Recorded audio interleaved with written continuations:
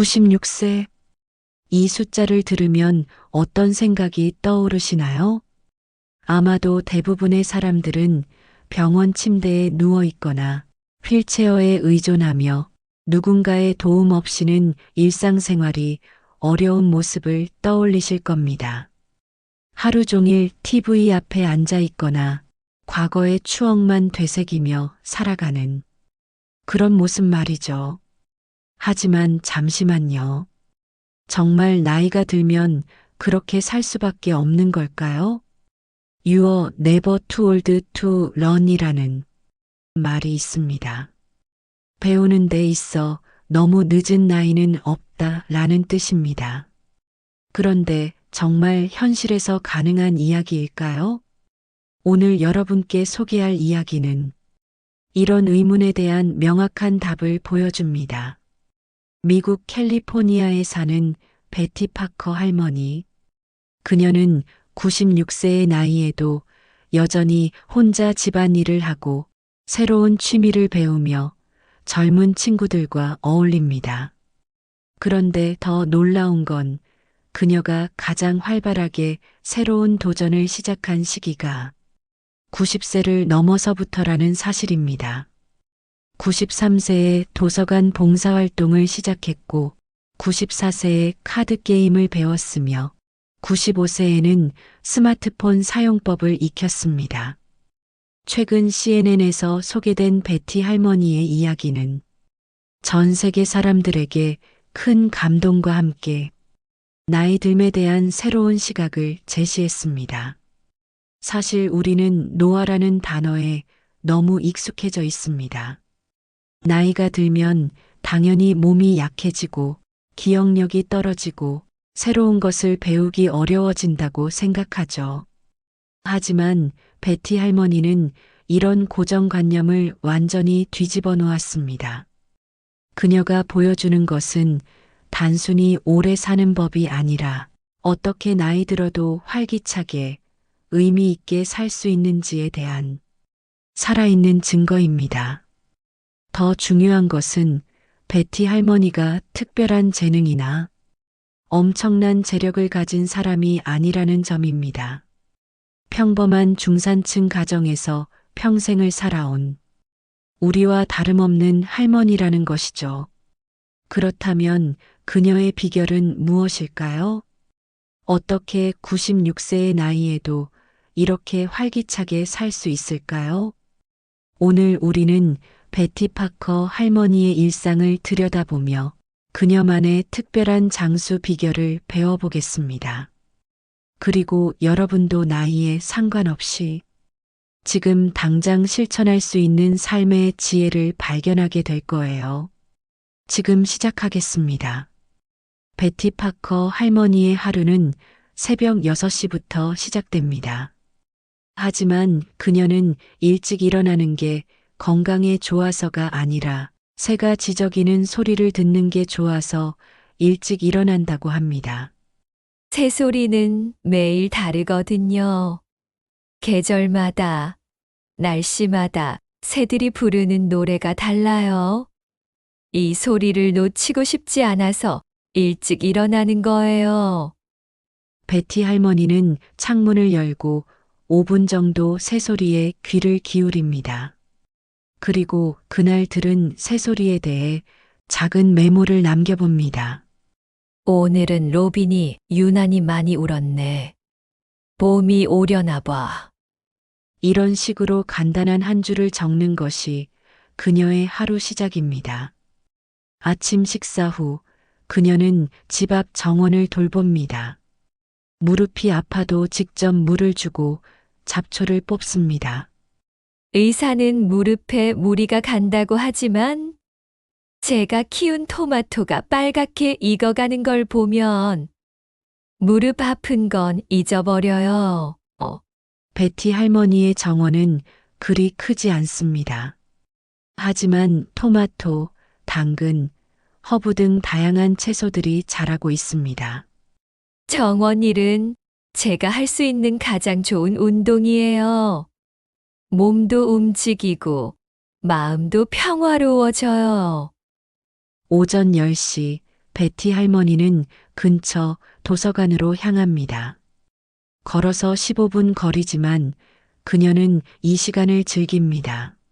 걸으면서 이웃들과 인사하고, 계절의 변화를 느끼고, 그날의 기분을 정리하죠. 도서관에 도착하면 그녀는 어린이 섹션으로 향합니다. 매주 화요일과 목요일 그녀는 아이들에게 책을 읽어주는 자원봉사를 합니다. 이 일을 처음 시작할 때의 이야기를 들어보겠습니다.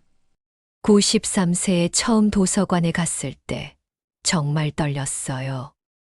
아이들이 제 이야기를 들어줄까? 제가 너무 늙어서 무서워하지 않을까? 그런 걱정들이 머릿속을 맴돌았죠. 첫날 베티 할머니는 토끼와 거북이를 읽어주었습니다. 하지만 목소리가 떨려서 책을 제대로 읽지 못했다고 합니다. 아이들이 웅성웅성거리기 시작했어요. 할머니가 왜 떨고 있어? 할머니 괜찮아? 그런 말들이 들렸죠. 그때 한 아이가 베티 할머니의 손을 잡았습니다. 5살 된 에밀리라는 아이였습니다. 할머니, 천천히 해도 돼요. 우리는 할머니 목소리가 좋아요. 그 순간 베티 할머니는 모든 긴장이 풀렸다고 합니다. 아이들의 순수한 마음이 제 두려움을 녹여버렸어요. 그날 이후로는 떨지 않았어요. 지금 베티 할머니는 도서관의 인기 스토리텔러입니다. 아이들은 그녀를 베티 할머니라고 부르며 기다립니다. 할머니, 오늘은 어떤 책 읽어줄 거예요? 할머니, 저번에 읽어준 공주 이야기 또 해줘요. 베티 할머니는 아이들의 반응을 보며 책을 선택합니다. 활발한 날에는 모험 이야기를, 조용한 날에는 잔잔한 이야기를 골라줍니다. 하지만 가장 기억에 남는 순간은 한 아이가 그려준 그림을 받았을 때입니다. 7살 된 마이클이라는 아이가 베티 할머니의 모습을 그려서 선물했습니다. 그림 속 베티 할머니는 왕관을 쓰고 있었고 옆에는 세상에서 가장 멋진 할머니라고 적혀 있었습니다. 그 그림을 받았을 때 눈물이 날 뻔했어요. 제가 이렇게 소중한 존재구나 싶었죠. 그 그림은 지금도 베티 할머니의 침실벽에 걸려 있습니다. 나이가 들수록 새로운 일을 시작하기가 두려워지죠. 하지만 두려움보다 호기심이 더 크면 나이는 문제가 되지 않아요. 점심 식사는 간단합니다. 토스트에 아보카도를 발라 먹고 견과류 몇 개를 곁들입니다.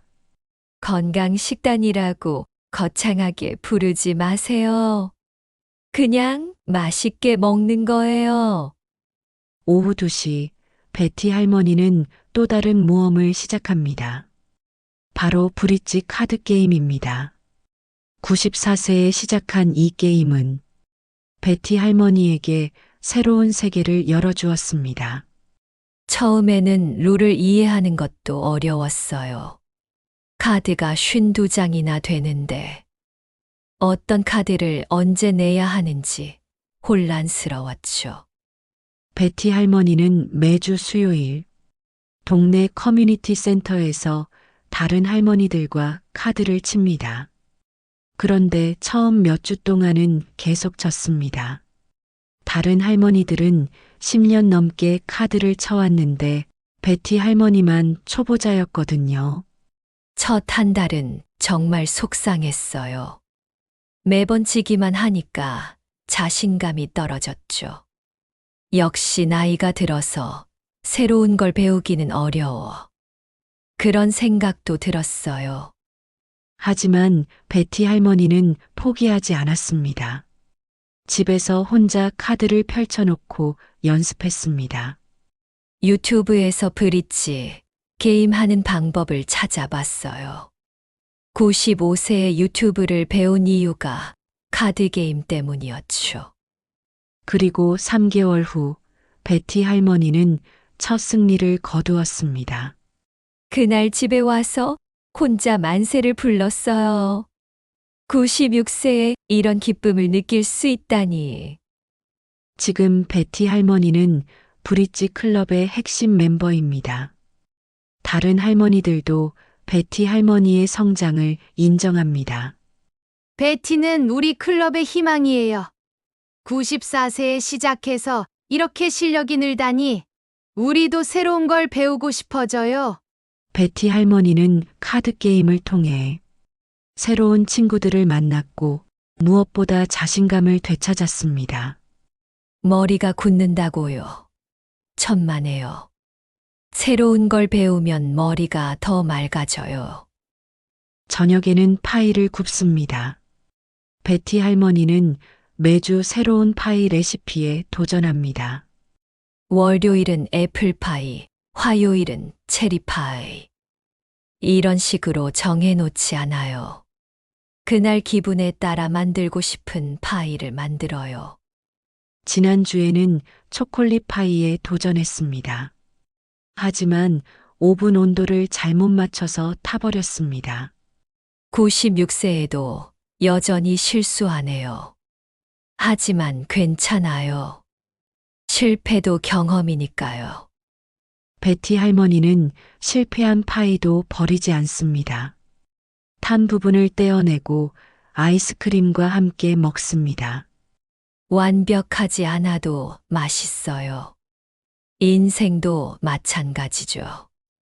성공한 파이는 이웃들과 나눠 먹습니다. 매주 금요일 그녀는 만든 파이를 들고 이웃집을 방문합니다. 파이 하나로 이웃들과 대화할 수 있어요.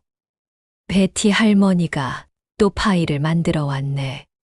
그러면서 자연스럽게 대화가 시작되죠.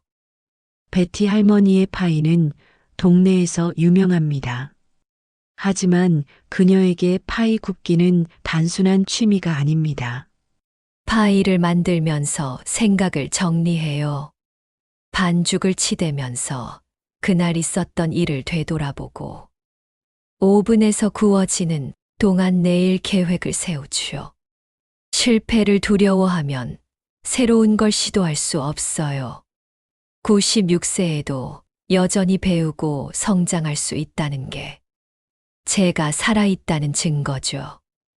노인의학 전문가 버나이트 박사는 베티 할머니의 사례를 통해 건강한 장수의 핵심 요소 4가지를 제시했습니다. 첫 번째, 끊임없는 학습과 새로운 도전.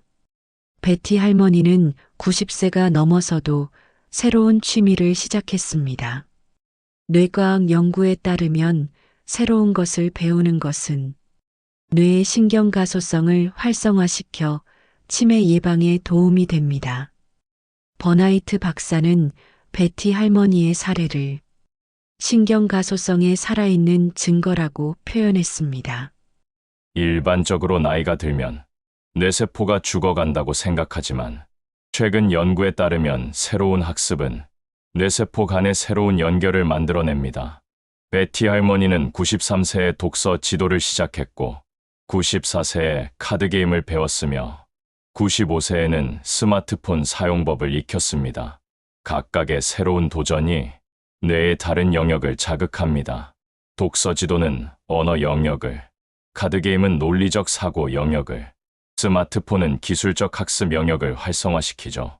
나이가 들수록 이제 늦었어라고 생각하기 쉽지만 실제로는 시간이 충분히 있어요. 그 시간을 어떻게 쓰느냐가 중요한 거죠. 두 번째, 다양한 세대와의 교류. 베티 할머니의 친구들은 다양한 연령대입니다. 도서관에서 만난 20대 직원, 이웃집 40대 부부, 그리고 함께 카드를 치는 80대 친구들까지. 외로움과 사회적 고립은 건강한 장수의 가장 큰 적입니다. 베티 할머니처럼 다양한 관계를 유지하는 것이 중요해요. 현대 사회는 연령대별로 분리되어 있습니다. 학교, 직장, 노인 시설 등 같은 연령대끼리만 모이는 구조죠. 이런 연령 분리는 서로에 대한 오해와 편견을 키웁니다. 젊은 세대는 노인을 느리고 답답한 존재로 생각하고, 노인들은 젊은 세대를 무례하고 성급한 존재로 여기게 됩니다. 하지만 베티 할머니는 이런 벽을 허물고 있어요. 그녀는 매주 이웃집 젊은 부부와 저녁을 함께 먹습니다. 젊은 친구들에게서 새로운 에너지를 얻어요. 그들도 제게서 삶의 지혜를 얻는다고 하니 서로에게 도움이 되죠. 이웃집 부부 톰과 사라는 말합니다. 베티 할머니는 우리에게 인생의 멘토예요. 어려운 일이 있으면 항상 조언을 구하러 가죠. 세 번째 목적 의식과 기여감. 베티 할머니에게 도서관 봉사활동은 단순한 취미가 아닙니다. 아이들이 책을 좋아하게 만드는 것이 제 사명이에요. 연구에 따르면 다른 사람을 위해 무언가를 하는 사람들이 그렇지 않은 사람들보다 더 건강하고 오래 산다고 합니다. 매주 굽는 파이도 마찬가지예요. 이웃들과 나눠 먹으면서 작은 기쁨을 전하는 것이 제 보람이에요. 네 번째 자연스러운 신체 활동. 베티 할머니는 헬스장을 다니지 않습니다. 대신 정원 가꾸기, 집안일, 도서관 오가기 등 일상생활 자체가 운동이 됩니다. 억지로 하는 운동은 오래 지속되지 않아요. 생활 속에서 자연스럽게 움직이는 것이 더 중요합니다. 그녀는 매일 최소 30분 이상 걷고 정원 일을 하며 자연스럽게 스트레칭을 합니다. 베티 파커 할머니의 이야기에서 우리가 배워야 할 것은 특별한 건강법이나 비밀스러운 습관이 아닙니다. 그것은 바로 마음가짐입니다. 나이는 숫자일 뿐, 마음이 젊으면 몸도 따라온다. 사람들은 저에게 건강 비결을 묻지만 사실 특별한 건 없어요. 다만 매일을 의미 있게 살려고 노력할 뿐입니다라. 베티 할머니는 96세라는 나이를 핑계로 포기하거나 체념하지 않습니다. 오히려 이제 시간이 더 소중하니까 더 열심히 살아야죠라고 말합니다. 완벽하지 않아도 괜찮다. 새로운 파이 레시피에 도전하면 실패할 때도 있어요. 카드 게임도 계속 쳐요. 하지만 그게 뭐 어때요? 재미있으면 된 거죠. 현대인들은 너무 완벽을 추구하다가 시도 자체를 포기하는 경우가 많습니다. 베티 할머니는 실패를 두려워하지 않고 도전하는 용기를 보여줍니다. 혼자가 아니라 함께. 혼자 사는 것과 외로운 것은 다릅니다. 주변 사람들과 진심으로 연결되어 있으면 혼자여도 외롭지 않아요. 그녀는 가족이 멀리 살고 있지만 이웃들과 도서관 친구들과 의미 있는 관계를 맺고 있습니다. 베티 파커 할머니의 이야기를 들으며 우리는 나이 듦에 대한 새로운 시각을 갖게 됩니다. 나이는 쌓이는 것이 아니라 익어가는 것이며 늙는 것이 아니라 깊어지는 것입니다. 하지만 우리가 베티 할머니를 단순히 특별한 사람으로만 여긴다면 그 진정한 가치를 놓치게 됩니다. 사실 베티 할머니도 처음부터 이렇게 살았던 것은 아닙니다. 그녀에게도 힘든 시기가 있었고 좌절했던 순간들이 있었습니다. 남편이 오랜 투병 끝에 세상을 떠났을 때 그녀는 깊은 슬픔과 외로움에 빠져 있었습니다. 80대 중반까지는 집에서 혼자 지내는 시간이 많았고 무기력감에 사로잡혀 있었다고 합니다. 하지만 그녀는 90세를 앞두고 중요한 깨달음을 얻었습니다. 남은 시간이 얼마 없다고 생각하니까 오히려 더 용감해졌어요. 잃을 게 없으니까 뭐든 도전해 볼 수 있겠더라고요. 이것이 바로 베티 할머니가 90세 이후에 더욱 활발해진 이유입니다. 나이가 제약이 아니라 오히려 자유를 주는 조건이 된 것이죠. 그렇다면 우리는 90세까지 기다려야 할까요? 절대 그렇지 않습니다. 베티 할머니의 지혜는 나이와 상관없이 지금 당장 우리 삶에 적용할 수 있는 것들입니다. 첫째, 완벽하지 않아도 시작하세요. 베티 할머니는 카드 게임을 배울 때 계속 졌습니다. 스마트폰을 처음 만질 때는 전화를 끊는 것조차 어려웠습니다. 하지만 그녀는 포기하지 않았습니다. 실패는 배움의 과정이에요. 96세에도 여전히 실수하고 배우고 있답니다. 둘째, 나이를 핑계로 삼지 마세요. 베티 할머니는 나이가 들어서 못하겠다는 말을 절대 하지 않습니다. 대신 나이가 들었으니까 더 해야겠다고 생각합니다. 젊을 때는 시간이 무한히 있다고 생각했어요. 나이가 들고 보니 시간이 얼마나 소중한지 깨달았죠. 그래서 더 적극적으로 살게 됐어요. 셋째, 혼자가 아니라는 걸 기억하세요. 베티 할머니는 가족도 멀리 살고 있습니다. 하지만 그녀는 외롭지 않습니다. 왜냐하면 진심으로 소통할 수 있는 사람들이 주변에 있기 때문입니다. 가족이 가까이 있어야 행복한 건 아니에요. 마음이 통하는 사람이 한 명이라도 있으면 충분해요. 넷째, 작은 것부터 시작하세요. 베티 할머니의 하루는 거창한 일들로 가득하지 않습니다. 정원에 물 주기, 파이 굽기, 책 읽어주기. 모두 작고 평범한 일들입니다. 하지만 이런 작은 일들이 모여서 그녀의 삶을 풍요롭게 만들고 있습니다. 큰 꿈을 꿀 필요는 없어요. 매일 작은 기쁨을 하나씩 만들어가면 그것이 모여서 행복한 인생이 되는 거죠. 지금 몇 살이든 상관없습니다. 20대든 40대든 60대든 80대든 오늘부터 베티 할머니처럼 살아보는 건 어떨까요? 새로운 취미 하나를 시작해 보세요. 다른 세대의 사람들과 대화해 보세요. 누군가를 위해 작은 일이라도 해보세요. 완벽하지 않아도 도전해 보세요. 베티 할머니가 자주 하는 말이 있습니다.